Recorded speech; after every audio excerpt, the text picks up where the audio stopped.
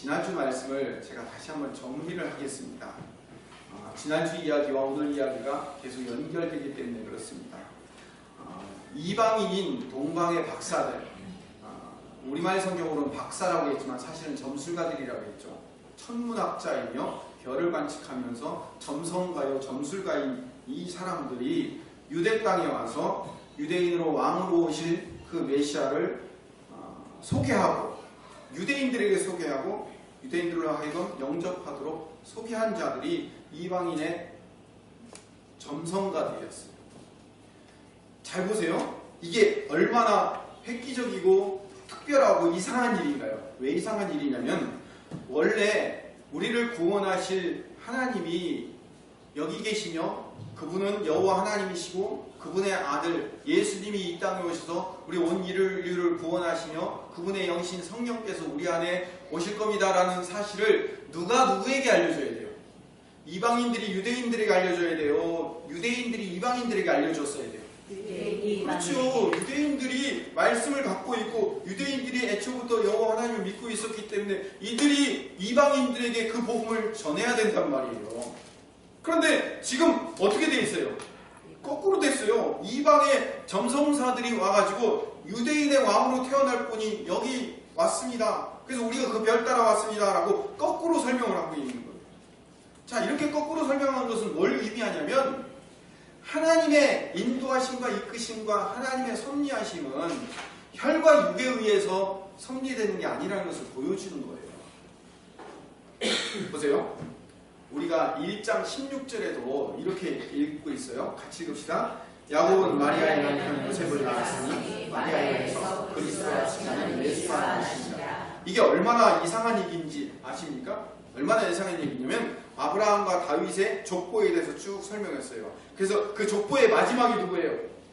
요셉이잖아요. 그렇죠? 그러면 그 요셉에게서 누가 태어났다? 예수님이 태어났다. 이렇게 해야지 그 족보가 뭐예요? 맞는 거잖아요. 그런데 이 요셉의 여기 남편 요셉을 낳았으니 해놓고 이 단절된 거예요. 족보가 단절됐어요. 왜냐하면 요셉에게서 예수님이 나왔어요? 마리아에게서 나왔어요? 마리아에게서 성령으로 잉태되어 나왔어요. 그러니까 엄밀한 의미로 얘기하면 아브라함과 다윗의 족보는 예수님의 족보와 이게 별개예요. 단절이 되었단 말이에요. 이 사건을 얘기하고요. 또 이제 조금 있다가 한 2주 후쯤 제가 다시 말씀을 드리겠지만 마태복음 3장으로 넘어가면 마태복음 3장 9절에 세례 요한이 또 이런 얘기를 해요. 같이 읽어봅시다. 시작. 내가 너희에게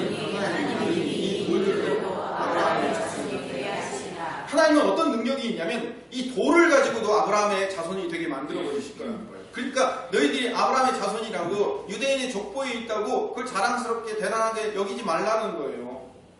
하나님이 하시는 일은 하나님의 은혜로 성령으로 우리에게 부어져야 가능한 거지 너희들의 족보나 너희들의 어떤 가문이나 너희들의 혈통으로 이것이 이루어지는 것이 아니다라는 것을 설명하기 위해서 그래서 등장한 사람들이 누구라고요? 동방박사들, 대제사장들이나 선지자나 유명한 서기관이나 아주 유명한 성경의 박사들이나 학자들이 예수님은 그리고 우리를 구원하실 메시아는 베들레헴에 나타나시고 지금 이 시대에 오실 것이고 이렇게 예언한 게 아니고 그들은 전혀 몰랐어요. 설사 알았다고 해도 지난주에 말씀드렸지만 그 대제사장과 서기관들이 그 별을 따라온 그 별을 따라 베들레헴에 가서 예수님을 경배했어요? 안 했어요. 안 했다고요. 이방인들만 경배하고 돌아갔어요. 그러니까 결국 하나님을 섬기며 그 아들 예수님을 섬길 수 있는 사람은 누가 선택한 사람이냐면 성령이 선택한 사람만 가능한 거예요. 성령이 이끈 사람만 가능한 거예요. 오늘 2장 2절을 보면 아주 재밌는 이야기가 나와요. 마태복음 2장 2절을 보면 같이 읽어봅시다. 유대인의 왕으로 사신 이가 어디 계시냐 우리가 동방에서 뭘 보고 따라왔다고요? 그의 별. 그의 별이에요. 여기서 말하는 그는 누굴까요? 예수님의 별을 따라오는 거예요. 예수님의 별을 따라왔어요. 그러면 예수님이 여기 계십니다. 예수님이 여기 태어날 것입니다. 예수님이 그리스도이십니다. 라고 예수님의 어떠함을 알려주는 분이 누굴까요? 퀴즈. 지금 답 나왔어요. 누구예요? 오케이, 성령님이에요. 성령님이 하시는 가장 중요한 성령님의 사역은 뭐냐면 예수님이 어떤 분인가를 알려주고 우리 안에 거하셔서 예수님을 영접하게 만드는 것. 그게 성령님이 하시는 가장 중요하고 가장 큰 일이에요. 그래서 그의 별이라는 것은 뭘 상징하냐면 성령님을 상징하는 거예요. 성령님이 지금 누구를 끌고 와요? 동방의 새, 점성사들을 끌고 와서 누구를 가르쳐주는 거예요? 예수님을 가르쳐준단 말이에요. 그러니까 성령이 하시는 일을 그 별이 하고 있는 거예요. 하나님의 아들들도 마찬가지예요. 하나님의 아들들이 어떻게 예수님을 만나고 하나님의 아들들이 어떻게 예수님을 영접하게 될까요? 누가 도와주셔야 돼요? 성령님. 그의 별이신 성령님이 우리 안에 임재하셔서 성령님이 우리 안에 말씀하셔야 돼요. 야, 네 인생의 주인은 원래 너였는데 아니야. 그건 가짜야. 예수님이 네 인생의 주인이야 라고 성령님이 우리에게 말씀해 주셔야 우리가 그것을 깨닫고 그것을 믿고 예수님 앞에 부복하여 예수님이 나 인생의 주님이십니다. 전부이십니다 라고 고백할 수밖에 없는 거예요. 그래서 그러면 그의 별이 왜 먼저 왔냐면 지난주에도 말씀드렸지만 가짜라는 것을 밝히려고. 먼저 온 자들이 가짜라는 것을 밝히려고. 그래서 먼저 있던 헤롯 왕이 원래 가짜였다는 것을 밝히려고 해요. 아니 유대인의 왕이 어떻게 에돔 출신인 헤롯이 될 수 있어요? 그들에게 성전을 지어주고 그들에게 좋은 일을 해줬기 때문에 그들을 먹여 살렸기 때문에 그것이 좋아가지고 그걸 인정해주자 이렇게 해서 인정해준 거잖아요. 근데 그것이 뭐라고요? 가짜라고요. 그래서 바울도요 로마서 2장 28절 29절에 이렇게 얘기하고 있어요. 제가 읽어볼게요. 무릇 표면적 유대인이 유대인이 아니요 표면적 육신의 할례가 할례가 아니니라 오직 이면적 유대인이 유대인이며 할례는 마음에 할지니 영에 있고 율법 조문에 있지 아니한 것이라. 여기서 말하는 이면적 유대인이라는 것은 뭘 의미하냐면 내면적 유대인이에요. 우리 마음 안에 성령 하나님이 계신 사람이 진짜 유대인이며 진짜 영적 이스라엘 백성이 된다는 거예요. 육체적인 할례를 받고 육체적인 율법을 따라가고 육체적인 아브라함과 다윗의 후손이었기 때문에 그들이 그 후손이 아니라 성령으로 말미암아 거듭난 성도가 진정한 영적 이스라엘이라는 거예요. 오늘 아침에 왜 이래요? 성경의 모든 사건들이 이렇게 육적인 장자가 먼저 나오고 그 육적인 장자가 가짜고 뒤에 나오는 자가 진짜 영적 장자라는 것을 성경이 계속 반복해요. 반복하고. 왜냐하면 강조하기 위해서. 그래서 가인이 육적 장자로 먼저 나오는데 그 뒤에 아벨이 진짜 영적 장자로 나와서 그 가인이 아벨을 핍박하지만 나중에 아벨 대신 셋이 나오잖아요. 아브라함의 육적 장자는 이스마엘이에요. 근데 이스마엘이 나와서 영적 장자인 이삭을 핍박하잖아요. 그러나 영적 장자는 이삭이었다는 것을 가르쳐주잖아요. 원래 육적 장자는 에서였지만 그 에서의 핍박을 받고 있는 야곱이 원래 영적 장자가 후손, 동생이라는 것을 밝히 드러내 보여줘요. 형들이 11명이나 있지만 그 앞에 요셉이라는 막내 동생이 영적 장자의 역할을 감당한다는 것을 보여주고 있는 거예요. 다윗 왕이 나오기 이전에 사울이라는 왕이 먼저 나와서 그 사울 왕이 다윗을 핍박함으로 말미암아 먼저 온 왕이 가짜이고 가짜가 진짜를 핍박하고 나중에 이 다윗이 진짜 왕이 된다는 것을 설명하는 이야기예요. 이런 이야기가 성경에 너무너무 많이 있어요. 느부갓네살 왕이 꿈을 꾸고 해석할 사람이 없어가지고 바벨론에 있는 모든 점술가들하고 박사들을 다 불러모았어요. 그래서 느부갓네살 왕이 내 꿈이 뭔지를 니네들이 알아내고 그 꿈을 해석까지 해라 라고 얘기하니까 이 점성가들이 아니 꿈을 알아야 우리가 해석하든지 만들지 할 거예요 라고 이야기하니까 느부갓네살 왕이 저것들 다 가짜야. 다 죽여! 라고 해서 바벨론 안에 있는 점성가들과 점술가들과 박사들을 몽땅 다 죽일 수밖에 없는 상황이 생겼는데 누가 나타났어요? 다니엘이 나타났잖아요. 그래서 제 설교를 잘 들으시려면 뭘 많이 읽어야 된다고요? 성경을 많이 읽어야 된다고요. 그래서 다니엘이 나타나서 그 꿈을 해석하고, 꿈을 알려주고 그 꿈을 해석해줘요. 그러면 앞에 나온 바벨론의 점성가들과 박사들은 전부 다 가짜이고 누가 진짜다? 다니엘이 진짜라는 것을 가르쳐주는 이야기. 성경에는 이런 이야기가 굉장히 많이 반복되고 있어요. 마귀가 먼저 이 땅에 나와서 이 세상을 지배해요. 공중의 권세 잡은 자 마귀가. 그래서 자기가 왕인 줄 알고 살아요. 그런데 아니에요. 새로 오실 왕이 등장하는 거예요. 그래서 그 마귀 사단을 물리치고 새로 오신 예수님이 새 왕이 되시는 이야기, 이 이야기를 계속 반복하려고 하는 거예요. 그래서 그 이야기를 하기 위해서 드러낸 도구가 누구냐면 헤롯 왕이었던 거예요. 헤롯 왕은 가짜야. 너 에돔 출신이잖아. 넌 진짜가 아니잖아. 진짜이신 분이 베들레헴에 이제 나타나실 거야 라고 말씀하시는 거예요. 우리 신약 백성도 마찬가지. 이거 지난주에 다 한 얘기예요. 중요하기 때문에 다시 한번 강조하는 거예요. 우리 신약 백성들이, 우리 성도도 마찬가지예요. 성령으로 말미암아 새롭게 태어난 우리 성도들의 옛 주인이 누구였어요? 옛 왕이 누구였어요? 나였단 말이에요. 나 자신. 내가 내 인생의 주인인 줄 알았어요. 그래서 내 인생은 내 마음대로 하고 내 생각대로 하고 내 뜻대로 하는 것이 내 인생인 줄 알았어요. 그 옛 자아, 내 자아라는 옛 가치와 옛 사고방식이 가짜라는 것이 들통나요. 언제? 그 그의 별이신 성령이 우리 안에 임재하자. 우리 안에 밝은 빛을 보여줘서 봐, 네 인생을 네가 주관하고 살 때는 다 가짜 인생이었어. 예수님이 네 인생을 주관하고 살 때 그때부터 진짜 네 인생을 살고 예수님이 네 인생의 주인이시고 왕이신 분이 되시는 거야. 이때부터가 뭐예요? 우리의 인생이 진짜 인생이 되는 거란 말이에요. 이게 성경의 이야기예요. 이게 지난주까지 했던 이야기예요. 이제 오늘은요, 별 이야기를 해드릴게요. 아까 방금도 제가 말씀드렸죠? 그의 별이라고 그랬죠? 이 그의 별이 누구를 얘기한다고요? 예수님의 별. 신약식으로 얘기하면 성령님을 상징한다고 말씀드렸어요. 근데 그의 별이 나타나니까 사람들이 정확히 말하면 헤롯 왕과 그의 당시의 유대인들과 그 당시 대제사장들과 서기관들이 그 별을 믿질 않았어요.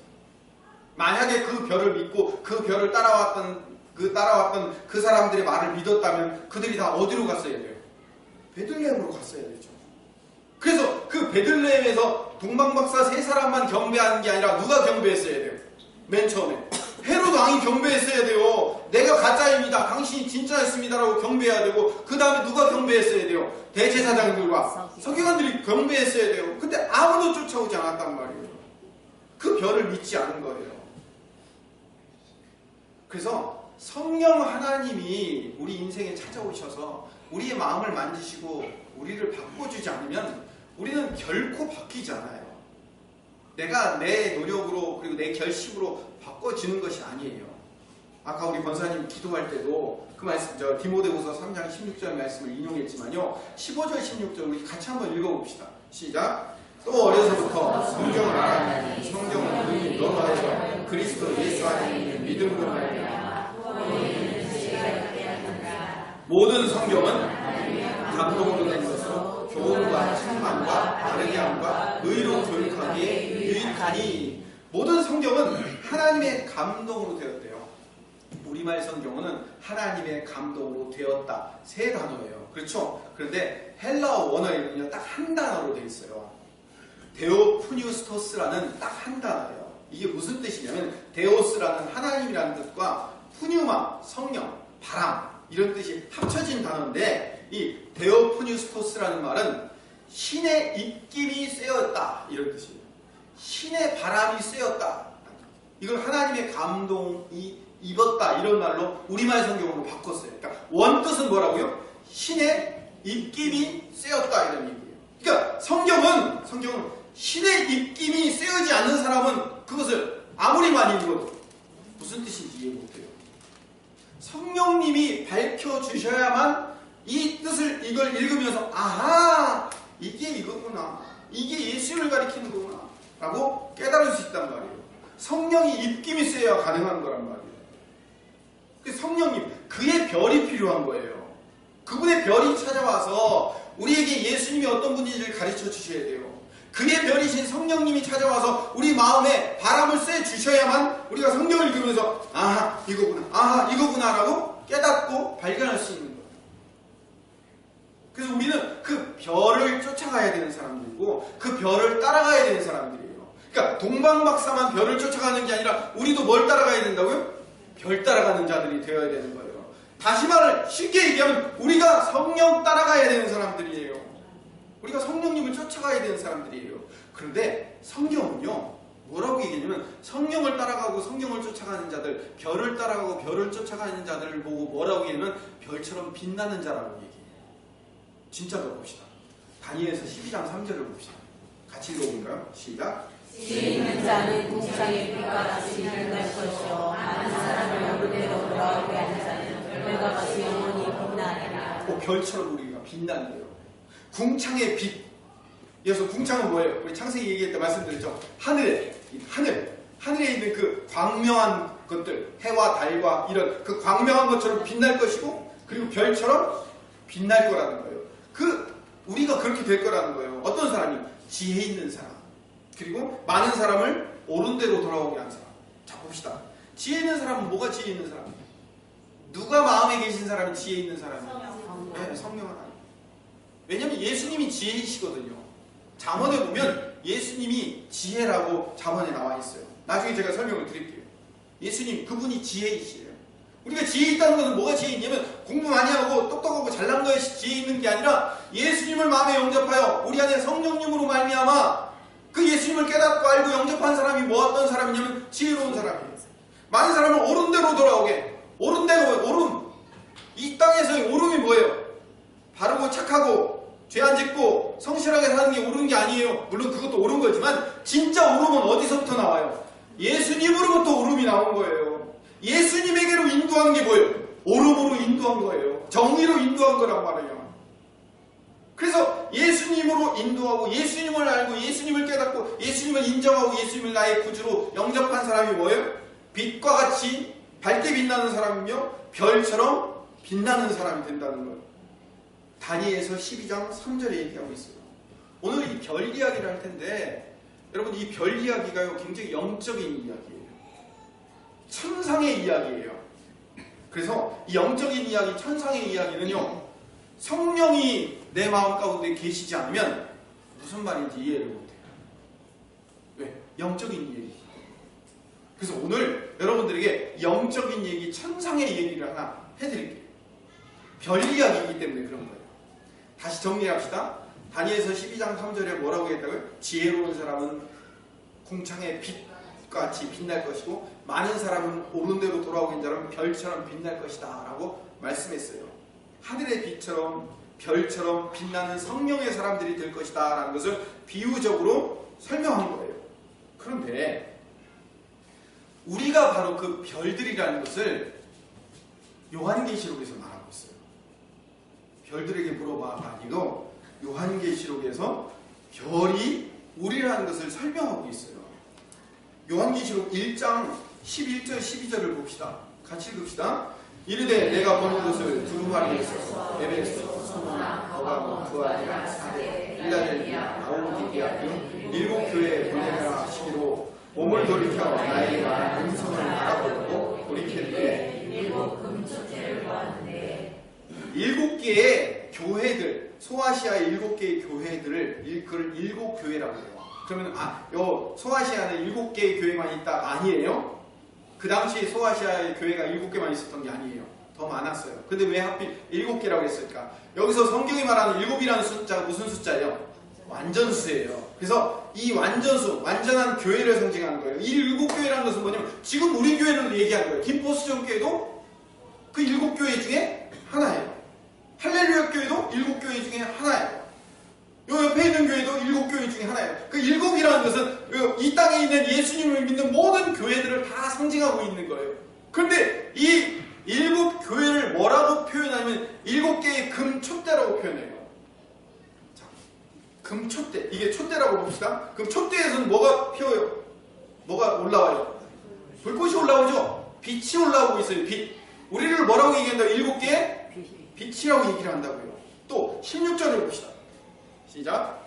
그의 오른손에 16절 시작. 그의 오른손에 7별이 있고 그의 입에서 자석의 달성성이 나고 그 얼굴은 해가 빛에 비추는 것 같더라. 여기서 말하는 그는 부활하신 예수님을 만나요.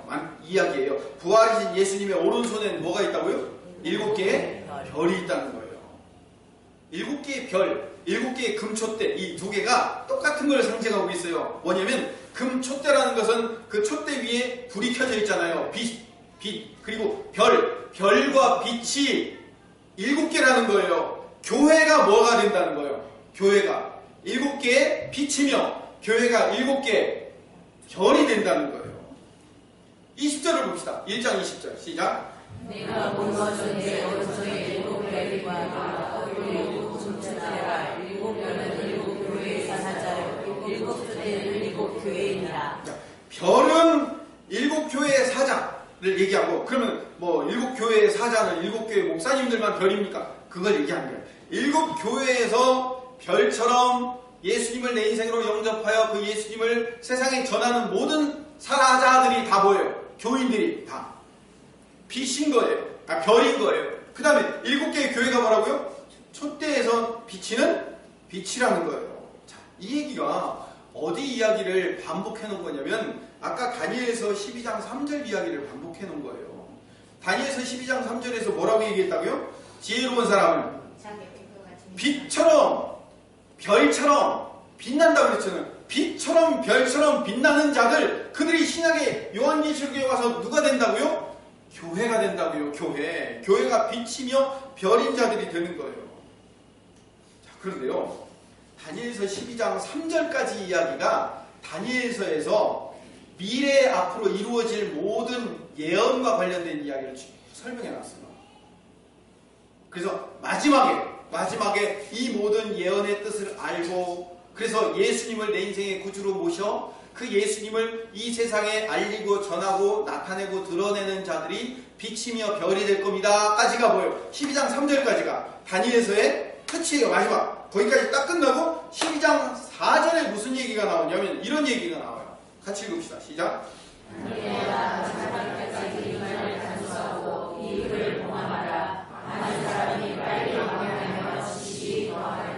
성령이 우리 안에 오셔서 우리에게 밝은 빛을 보여주고 깨닫게 하지 않으면 이거는 영적인 얘기이기 때문에 여러분들이 이해할 수 없어요.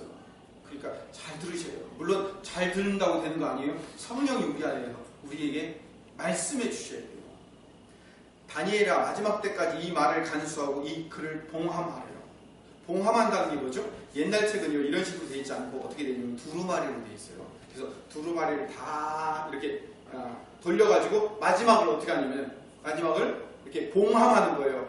마지막 끝을 어떻게 하냐면 그 밀랍 있죠. 밀랍을 녹여서 그걸 이렇게 해놓고 거기다 도장을 꽉 찍어놔요. 그럼 어떻게 돼요? 그거 봉인을 떼지 못하게 돼요. 그렇게 봉인을 떼지 못하도록 막아놓으라는 거예요. 그걸 봉함하라라고 얘기하는 거예요.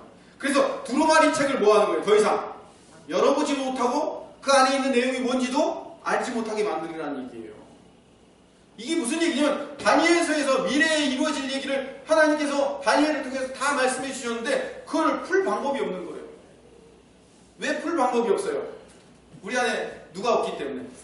성령이 없기 때문에. 성령이 오시기 전까지는 성령님이 우리에게 지혜를 주셔서 우리의 눈을 밝히 보여줘서 그 예언의 말씀을 깨닫기 전까지는 그것이 어떻게 되어 있다고요? 봉함이 되어 있다는 거예요. 봉함이 되어 있다는 거예요. 자, 이렇게 봉함이 되어 있는 이야기를 요한계시록에서 누군가 와서 풀어요. 근데 제가 모집사님한테 요한계시록 4장이라고 설명해 줬는데 5장이에요. 실수했어요. 제가 틀려가지고 우리 같이 찾아서 읽어봅시다. 요한계시록 5장. 여러분 찾아서 읽어보시죠. 중요하니까. 요한계시록 5장 1절부터 7절 말씀.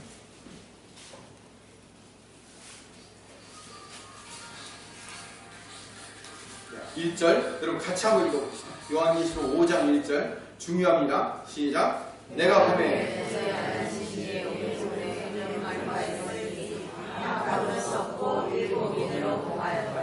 보세요. 보좌에 앉으신 분이 누구예요? 성부 하나님. 그렇죠. 보좌에 앉으신 성부 하나님이 그 오른손에 뭐가 있냐면 두루마리가 있어요. 자, 이 두루마리는 어디 쪽 두루마리였을까요? 다니엘서에서 앞으로 이루어질 미래의 일에 대해서 다 다니엘한테 말해놓고 그것을 딱 봉함해 놨어요. 그러니까 결국 이 얘기는 뭐예요? 그 얘기를 아무도 못 푼다는 얘기예요. 그래서 딱 봉함해 놨는데 그 봉함했던 그 두루마리가 지금 보좌에 앉아 계신 분 오른손에 있는 거예요. 안팎으로 쏟고 일곱 인으로 봉인했다는 것은 뭘 의미하냐면 아무도 그걸 열 수 없고, 그러니까 아무도 그것을 해석할 수 없어서 꽉 막혀 있다, 이런 의미예요. 2절 읽어봅시다. 시작.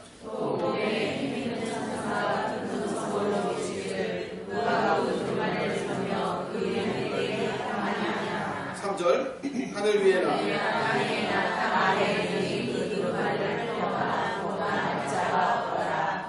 아무도 없대요. 아무도. 그 4절. 이제 여기 나왔네요. 여기 봅시다. 4절. 시작.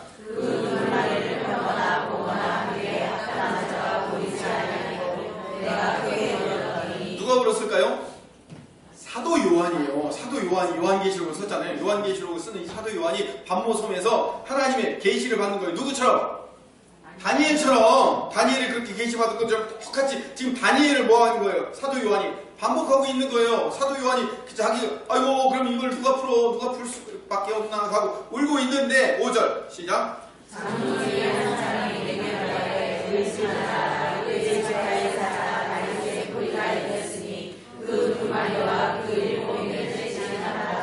유대의 지파의 사자 다윗의 뿌리가 누굴까요? 예수님께서 그 인을 떼실 수 있다. 예수님께서 그 미래의 모든 것들을 풀어낼 수 있다라고 말씀하시는 거예요. 요한계시록은 어려운 책이 아니에요. 구약을 알면 다 쉽게 이해할 수 있는 거예요. 구약을 모르기 때문에 구약의 내용이, 구약의 예언이 어떤 예언이 있고 어떤 의미인지를 모르기 때문에 시작해서 이게 뭐야? 라고 얘기한 거예요. 다 알 수 있는 거예요. 6절 시작. 내가 너무이 저자와 내 생물과 장로들 사이에 한 언약을 세상에 내 지식을 당하다. 내 일곱 뿔과 일곱 눈이 있으니 이 눈들은 온 땅에 있는 지식을 받은 하나님의 일곱 영이더라. 어린 양이 서 있는데 일찍이 죽임을 당했던 적이 있었던 어린 양이래요. 그럼 누구예요? 예수님이잖아요. 근데 그 예수님에게는 일곱 뿔과 일곱 눈이 있는데 그 일곱 뿔과 일곱 눈은 일곱 개의 영이라는 거예요. 이건 누굴 얘기하냐면 성령님을 얘기하는 거예요. 예수님에게는 성령님이 계신데 이런 얘기예요.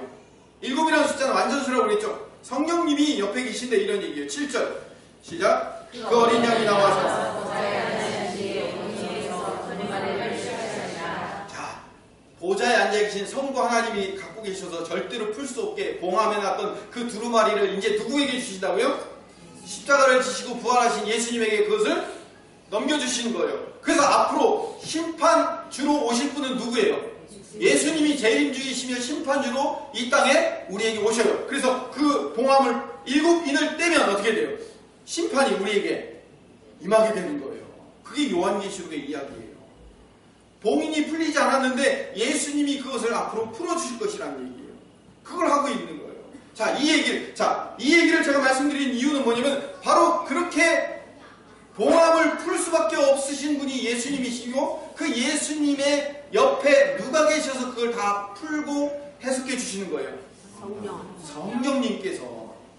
성령님께서 그것을 풀어주시고 성령님께서 함께 해주시지 않으면 풀 수 없고, 그런데 성령님께서 계시면 풀어주고 그것이 해석되는 거예요. 다시 말해, 이걸 이제 처음으로 다시 돌아가서 성령이신 그의 별이 동방박사들을 선택하여 그들을 끌고 왔기 때문에 어떻게 되는 거예요? 그들이 예수님을 만나 그 보배합을 열고 그분께 경배할 수 있게 되는 거예요. 그래서 성령님이 계시지 않으면 그 어떤 대제사장이나 서기관이나 그 당시의 헤롯 왕도 그 예수님을 알아볼 수 없게 된다는 거예요. 그 얘기를 지금 하고 있는 거예요.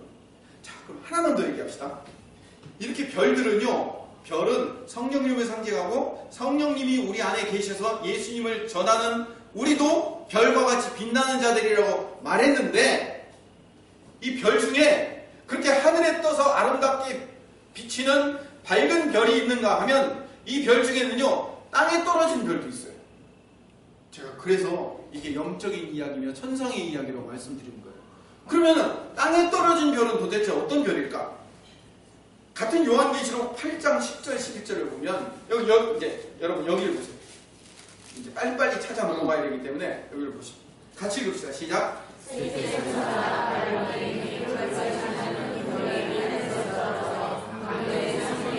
거기까지만요. 예, 한 횃불같이 타는 큰 별이 하늘에 있었는데 하늘에서 어떻게 됐어요? 떨어졌어요. 그래서 강들의 3분의 1과 여러 물샘에 떨어지니까 11절 시작. 이 별 이름은 쓴쑥이라. 물의 3분의 1이 쓴쑥이 되네. 이 물이 쓴 물이 되므로 많은 사람이 죽더라. 이 별의 이름이 뭐냐면 쓴쑥이라는 거예요. 쓴쑥. 쓴쑥이라는 게 뭘 의미하냐면 써서 먹을 수 없는 음식, 이런 의미인 거예요. 보세요. 사단이, 이 큰 별이 누구냐면 사탄이에요. 사탄. 마귀가 하늘에서 별처럼 다른 천사들과 똑같이 빛나고 있다가 지가 이 땅에 떨어져 내려와가지고 쓴 쑥이 돼요. 그래서 그 쓴 쑥을 먹는 자들은 어떻게 돼요? 죽어요. 영생하지 못하고 죽을 수밖에 없는 죄인이 돼버린단 말이에요. 이 별이, 이 하늘에서 떨어진 별이 어떤 별인가? 9장 1절을 봅시다. 시작. 천사가 별을 내가 보이 하늘에서 땅에 떨어진 별 하나가 있는데 그가 무적행의 열쇠를 받았더라. 하늘에서 땅에 떨어진 별 하나가 있는데 이게 무적행의 열쇠. 무적행이 뭐예요? 지옥. 네, 지옥. 우리가 알고 있는 그 지옥. 지옥의 열쇠를 받았어요. 그래서 지옥을 마음대로 좌지우지하고 지옥에서 지가 대장 노릇하는 사람이 누구예요? 사단. 예. 하늘에서 떨어진 별. 하늘에서 떨어진 그 별이 땅에 처박혀가지고 지옥의 권세를 받고 지옥을 지 마음대로 주무르고 살더라는 거예요. 근데 이 별 이야기가요, 구약에 여러 번 등장해요. 이 별 이야기만 해도 오늘 시간이 너무 많이 갈 것 같아서 딱 2개만 골라왔어요. 정말이에요. 2개만 골라왔어요. 이사야 14장 12절부터 15절 읽어봅시다. 시작. 너 아침에 하늘을 계명이여 어찌 하늘에서 떨어지며 너의 얼굴을 엎은 자여 어찌 이 땅에 지켰느냐. 요것만 먼저 봅시다. 너 아침의 아들 계명성. 계명성이 뭐냐면 새벽별을 계명성이라고 불러요. 새벽별인데 그것을 한자어로 계명성이라고 부르는 거예요. 새벽별이에요. 하늘에 새벽별처럼 아주 빛나는 별이 하나 있었는데 이게 하늘에서 어떻게 됐다고요? 땅에 떨어졌어요. 그리고 온 열국을 다 어떻게 해요? 엎어버렸어요. 그리고 땅에 찍혔는 거. 여러분, 어떤 무거운 물건이 땅에서 팍 떨어지면 땅이 어떻게 돼요? 팍 찍히잖아요. 그렇죠? 땅에 아주 곤두박질 쳐서 이 별이 탁 찍혀버렸다는 거예요. 13절 시작. 내가 하늘에 올라 하나님의 무별 위에 내 자리를 높이리라. 내가 북극 지폐의 산 위에 앉으리라. 하나님의 무별 위에 내 자리를 높이리라. 하나님의 많은 별들이 있어요. 다시 말하면 하나님이 만들어 놓은 많은 천사들과 천군과 많은 자들인데 거기 위에 자기가 뭐 한 거예요? 자기 이름을 높이겠다는 거예요. 북극 지폐라는 게 뭐냐면 하나님의 천상 지폐를 얘기하는 거예요. 욥기에 보면 하나님의 천상 회의가 나와요. 그 천상 회의를 얘기하는 거예요. 그 천상 회의에 앉겠다는 거예요. 여러분, 하나님의 어전 회의에서 보좌에 앉으신 분은 누구예요? 하나님 한 분밖에 없으시죠. 그렇죠? 다른 사람들은 다, 다른 존재들은 다 어떻게 있을까요? 다 서 있겠죠. 그런데 예수님만이 그 보좌 옆에 어떻게 앉으셨다고 얘기하잖아요. 어떻게 감히 왕하고 같이 앉아요? 지가 뭔데? 근데 지가 어떻게 하겠다는 거예요?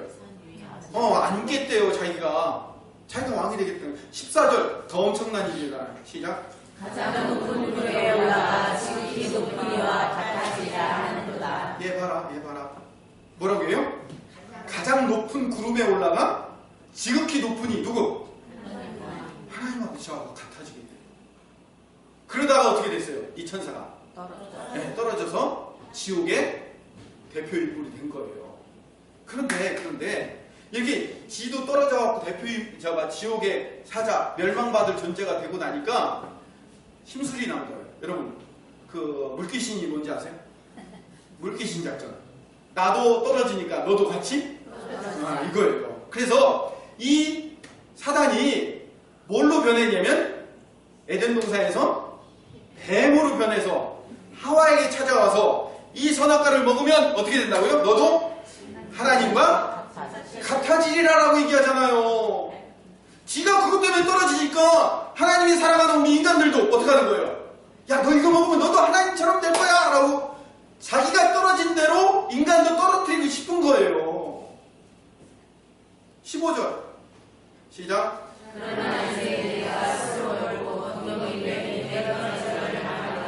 수올, 그러니까 아까 얘기했던 그 무적에 거기로 땅에 곤두박질 치듯이 하나님이 그를 팍 꼬꾸라뜨려 버렸다는 거예요.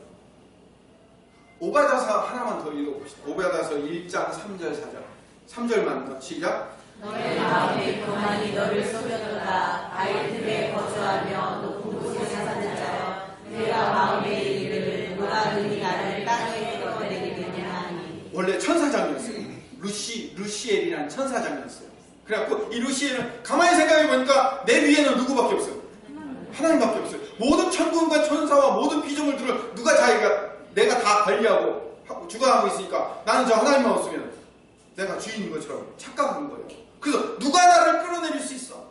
이러고 있는 거예요. 4절 시작. 내가 독수리처럼 높이 오르며 별 사이에 깃들리라고 내가 거기에서 너를 끌어내리라. 여호와의 말씀이다. 별 사이에 깃든다고요. 이 천사를 별이라고 상징적으로 얘기를 하는 거예요. 근데 하나님이 이 끌어내릴 거라는 거예요. 별 끌어내린 거예요. 다시 9장 11절로 넘어가니까 이름이 나타나요. 이 별, 이 새벽별이었다가 땅으로 곤두박질 친 이 별의 이름이 나타납니다. 읽읍시다. 시작. 그들에게 왕이 있으니 무적에게 찾아라. 히브리어로 그 이름이 아바도요, 헬라어로 그 이름이 아볼로입니다. 파괴자, 사탄이라는 뜻이에요. 드디어 사탄의 정체가 드러나는 거예요. 자, 오늘 말씀 정리합시다. 땅에 떨어진 별은 어떤 일을 하냐면, 원래 별들은 뭐 하는 역할을 하는 게 별이었다고요?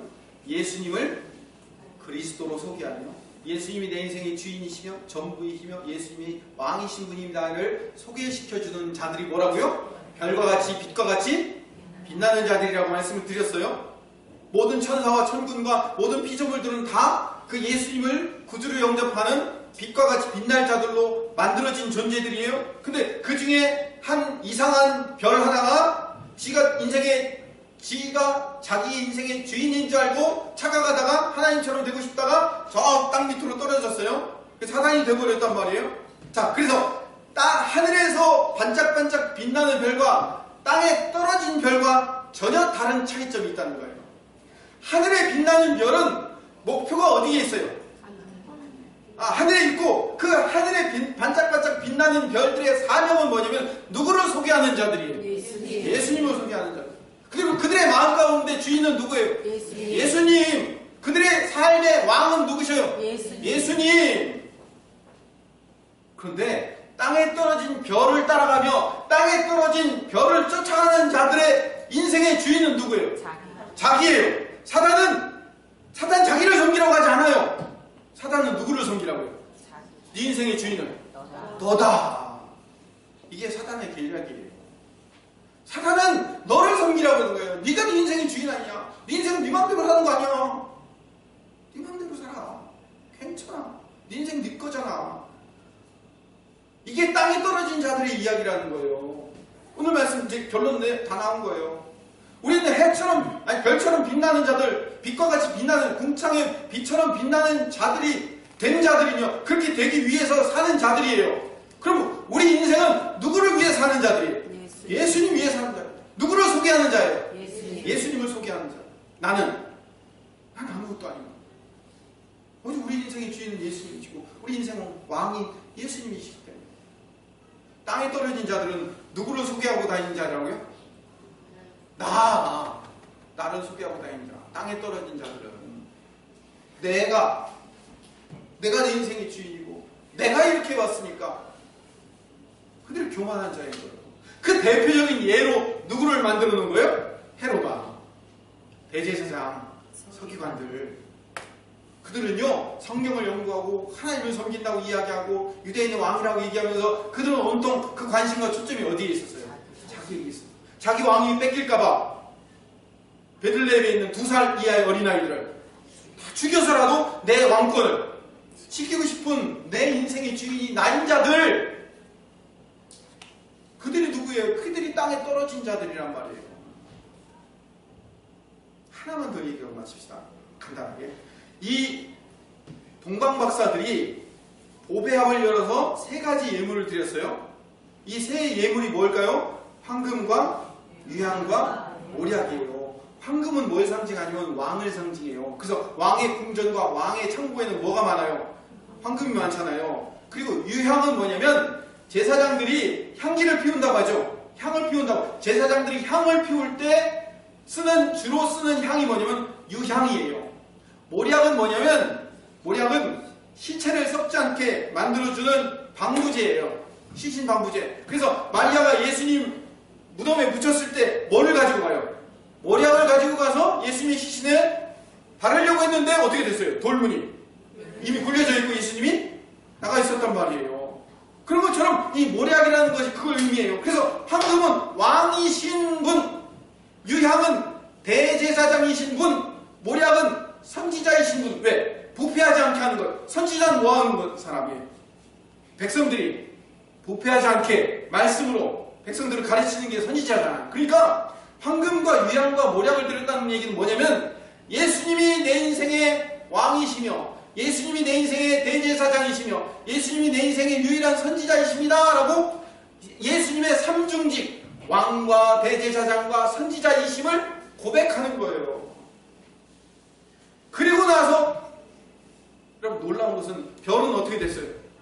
그 이후로 별 어디 갔어요? 계속 별이 움직였어요? 사라졌어요? 사라졌어요. 동방박사는 어디 갔어요? 다 고향으로 돌아갔어요.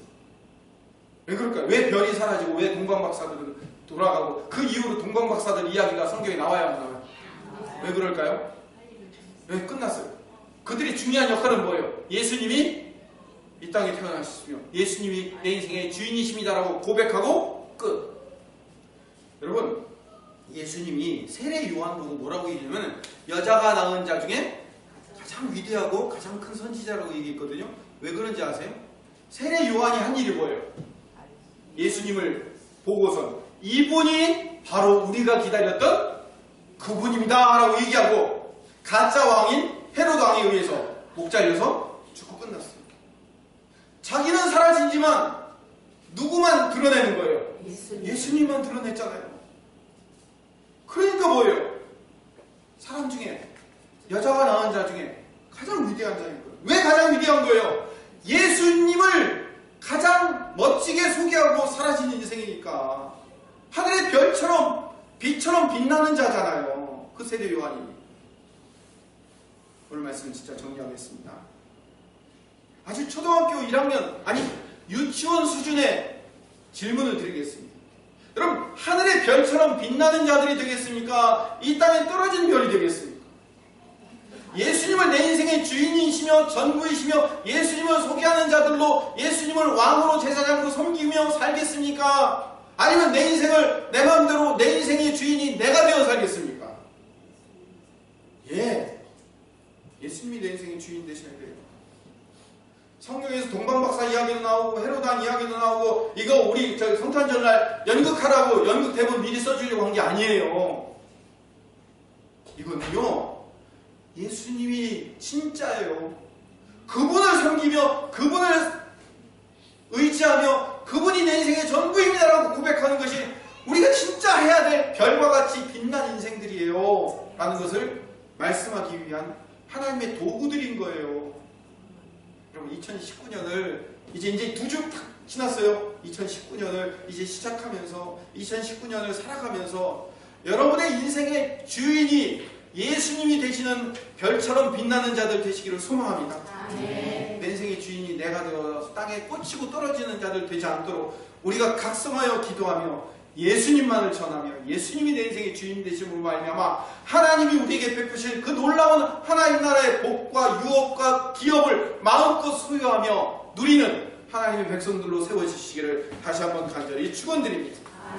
기도하겠습니다. 사랑이 많으신 하나님, 오늘 우리가 들은 말씀대로 하나님 우리가 예수님을 전하며 예수님이 내 인생의 주인이시며 전부이심을 늘 고백하며 살아가는 별과 같이 빛나는 존재들 되게 하여 주시옵소서. 예수님 이름으로 기도드립니다. 아멘.